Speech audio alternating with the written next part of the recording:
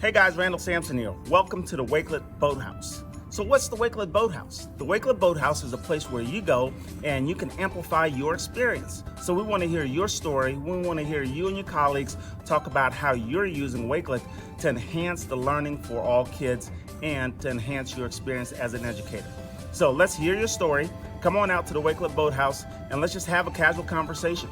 And the focus will be on the 5 C's. That will be critical thinking, communication, collaboration, creativity, and curation. How are you using those inside of Wakelet? And we want to hear your innovation and how that's happening. So come on out, we're going to have fun. This is all about your journey, and Brandi, Reams, and I will be the co-captains and helping you through this process. Hi everyone, welcome to the Wakelet Boathouse. We are here with Alfonso Mendoza and Dr. Randall Sampson. We're going to be taking a look at Alfonso's wonderful collections today, and he is going to lead us through what he chose, why he chose it, and I want to know the impact that this collection has had on the community around you since you have posted it. Perfect. Hi, everybody. Good evening. My name is Alfonso Mendoza. I'm an instructional technologist from Texas, and just the story behind these collections, and I'm just so thankful and actually thrilled of the traction that it has received and the attention that is received from a lot of people. Was just initially just starting through an idea of how to educate parents on digital citizenship. Nowadays, it's not so much the access part, because nowadays everybody has a mobile device. So there's access to it, even though you may not have internet access at home, but through your mobile device. And a lot of parents just need those digital literacy skills to be able to find some of these resources that are there. So in my job and in my area, usually our socioeconomic, it's just all English language learners. We're about 15 minutes away from the border into Mexico. So this all started with a Technology Tuesdays meeting that we have with parents.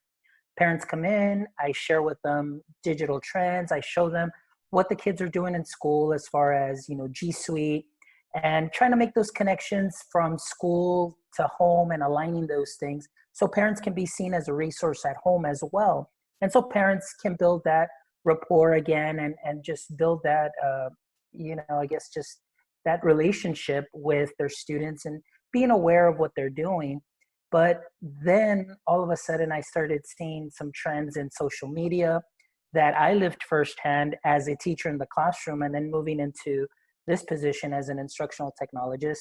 I felt that parents really needed to know what was out there through various platforms. A lot of the students, we are a BYOD district, so we've got kids from ages from a 3rd grade on that have mobile devices that bring them to school. They use them for school work, whether it's recording their science projects, their portfolios, things of that sort.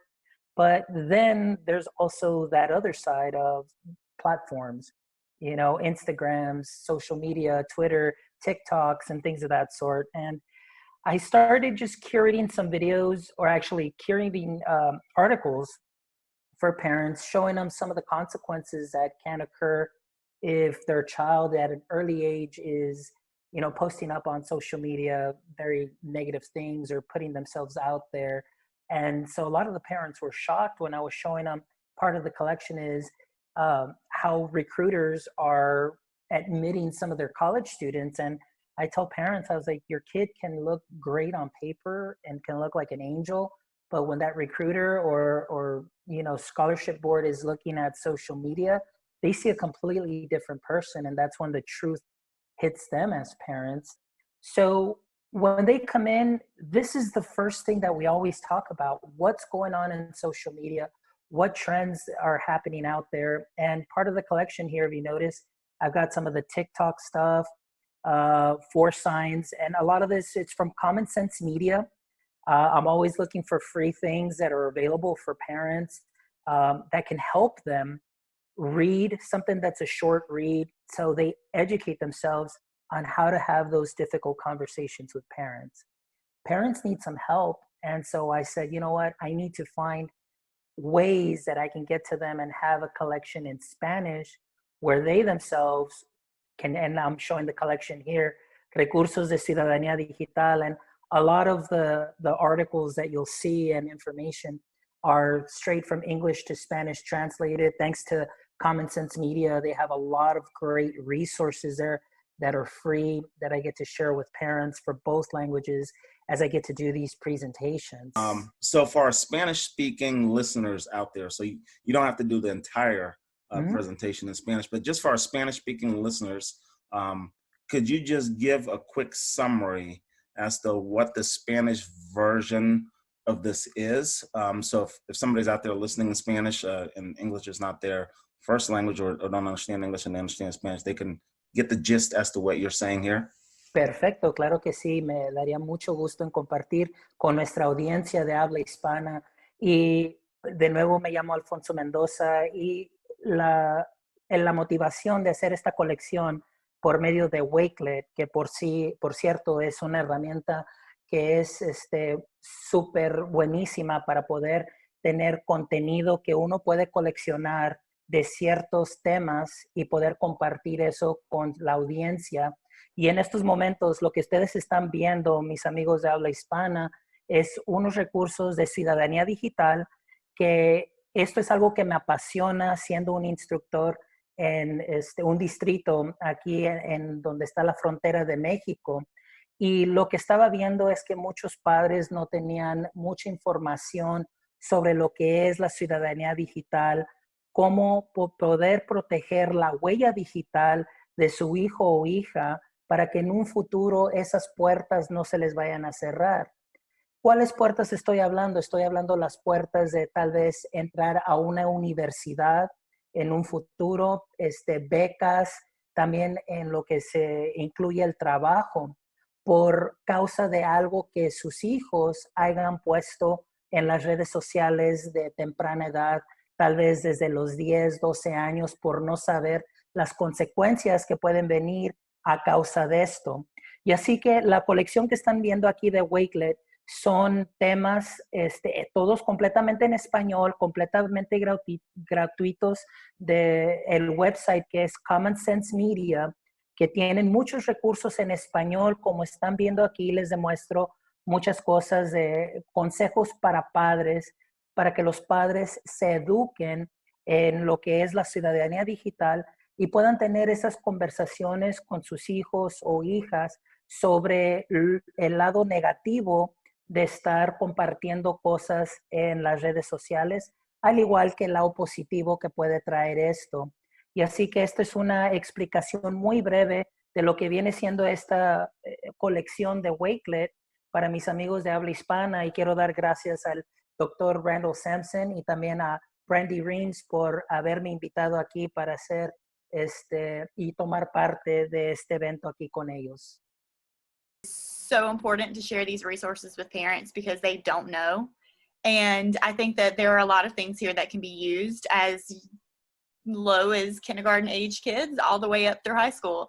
And I know in our school, we're a K-12 school, so getting this information out there to parents, that's really important because there are a lot of things that they don't realize that are floating around out there. And so I mean, I don't know. I love this. I think it is amazing. It's very well thought out, and it's not just a whole bunch of things just dumped in there, relating to the topic. They're specific articles targeting the various things that we need to look out for. And I think that's just amazing. School districts, we consider our learning community just our teachers, our administrators, and our students. But a lot of times we forget about our parents.